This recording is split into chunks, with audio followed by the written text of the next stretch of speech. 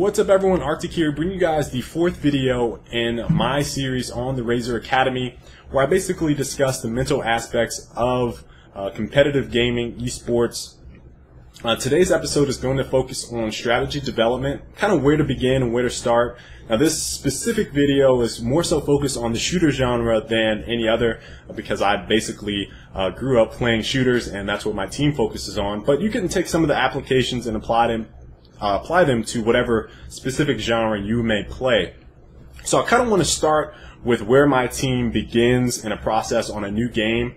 Let's say Halo 4 is about to come out, and what my team would do is essentially we play the game for a little bit, and then we would do walkthroughs where we kind of break down each individual person's outlook on the map and just have like a back and forth discussion on the importance of what they feel certain areas may be.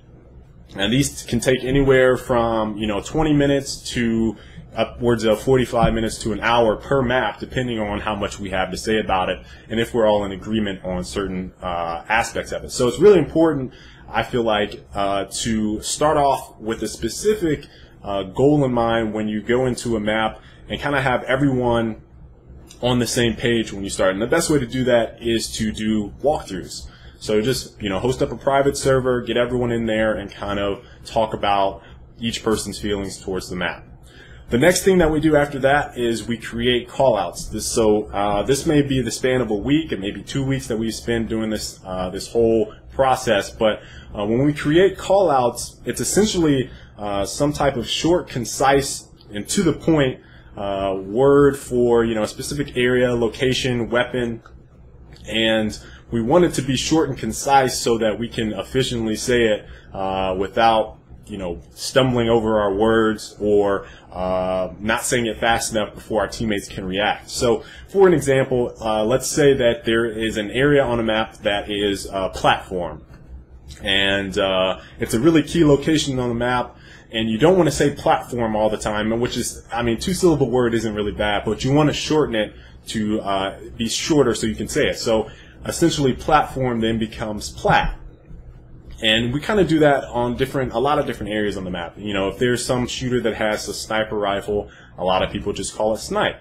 Grenades, nades. And you kind of do this naturally just based off of how we socially interact with each other.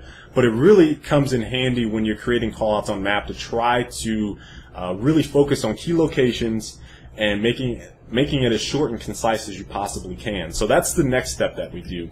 The third step, now this kind of depends on the game that you play.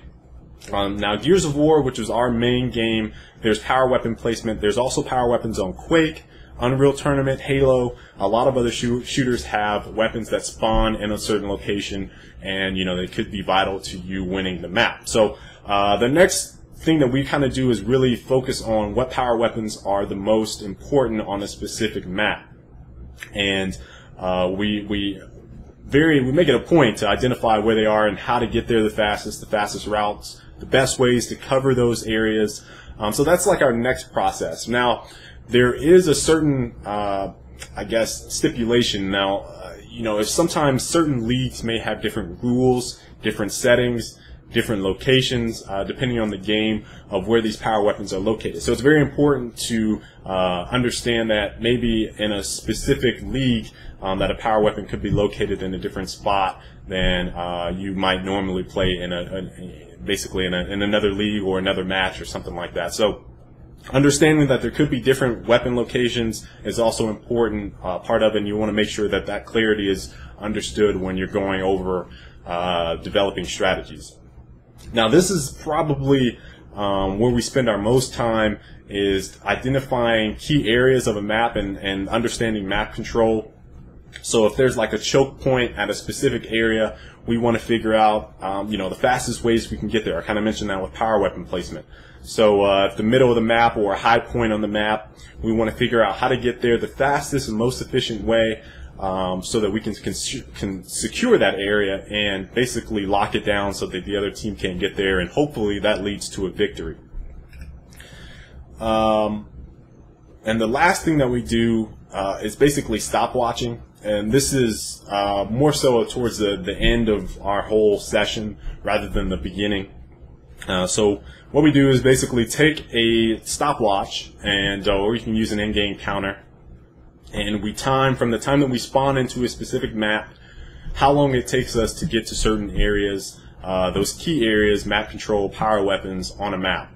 And once we figure out the fastest routes, we then look at alternative routes that we could take that might not be as fast but could catch the enemy off guard in the event that something happens. We do a mispress, we roll the wrong way, we don't quite get in as fast as we'd like to off of the spawn, or we're not paying attention. Whatever variable that could come up, we want to create alternative routes that also are pretty fast and efficient, but they also help us in the event that something goes wrong when we're practicing. So I hope you guys enjoyed this video. I know it's pretty short.